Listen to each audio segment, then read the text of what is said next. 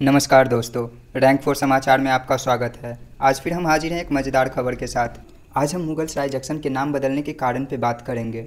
इससे पहले हमें पंडित दीनदयाल उपाध्याय के बारे में जानना होगा। आखिर दीनदयाल उपाध्याय का क्या कनेक्शन था मुगल सराय जंक्शन से, हम सभी खबरों पे बात करेंगे, इसीलिए वीडियो को अंत तक देखें। पंडित दीनदयाल उपाध्याय एक गंभीर दार्शनिक और गहन चिंतक होने के साथ साथ ऐसे समर्पित नेता थे जिन्होंने सार्वजनिक जीवन में व्यक्तिगत गरिमा के उच्चतम आयाम स्थापित किए। इस जंक्शन का नाम एकात्मक मानववाद का संदेश देने वाले राष्ट्रीय स्वयंसेवक संघ के विचारक दीनदयाल उपाध्याय के नाम पे रखा गया है। तो आइए जानते हैं दीनदयाल उपाध्याय से जुड़ी कुछ दिलचस्प बातें और उसका मुगल सराय जंक्शन से क्या नाता है। पंडित दीनदयाल उपाध्याय अपनी निष्ठा और ईमानदारी के लिए जाने जाते हैं। उनका मानना था कि हिंदू कोई धर्म नहीं है बल्कि एक भारतीय संस्कृति है। वे अखंड भारत के समर्थक रहे थे। कहा जाता है कि उपाध्याय ने ही वासुदेव कुटुंबकम की अवधारणा दी थी।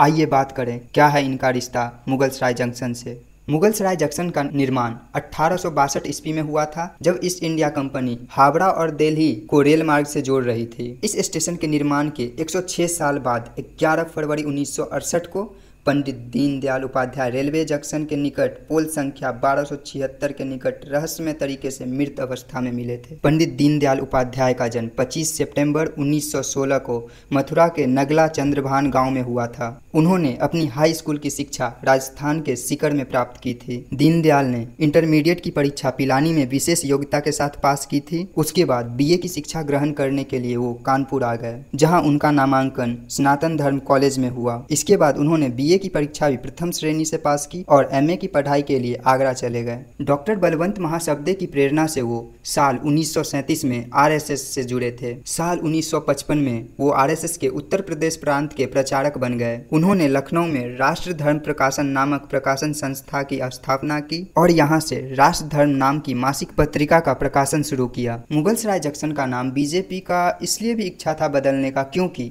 मुगल सराय जंक्शन का नाम मुगलों के नाम पे रखा गया था। मुगल काल में यह मुगल राजाओं का सराय हुआ करता था, जहां वो आते जाते थे और अपना पड़ाव डालते थे। नाम बदलने से बीजेपी एक तरफ अपने संस्थापक का नाम पूर्वी भारत के द्वार पर लिख रहा है और वहीं देखे तो दूसरी तरफ मुगल का नाम भी मिटा रहा है और यह बीजेपी के सियासत का हिस्सा भी है। आपको बता दें, मुगल सराय स्टेशन पर लगे तमाम पुराने साइन बोर्ड को हटा दिया गया है और नए साइन बोर्ड को लगा दिया गया है। स्टेशन पर नाम बदलने के बाद ही टिकट बुकिंग के लिए जो स्टेशन पर कोड MSG लिखा जाता था उसे बदलकर DDU कर दिया गया है। मुगल सराय जंक्शन का नाम एशिया के सबसे बड़े रेलवे यार्ड के तौर पे जाना जाता है। यह दिल्ली हावड़ा रूट का सबसे व्यस्त स्टेशन है। यहाँ से लाखों यात्री सफर करते हैं। यहाँ से लगभग 250 ट्रेनें प्रतिदिन गुजरती है। मुगल सराय जंक्शन के नए नाम की घोषणा पीयूष गोयल और अमित शाह ने किया। हालांकि दिलचस्प खबर यह है कि इस स्टेशन का नाम बदलने की असफल कोशिश 1992 में की गई थी, लेकिन केंद्र में कांग्रेस सरकार होने के कारण उन्होंने इसे मानने से मना कर दिया था। उस समय यूपी के मुख्यमंत्री कल्याण सिंह थे।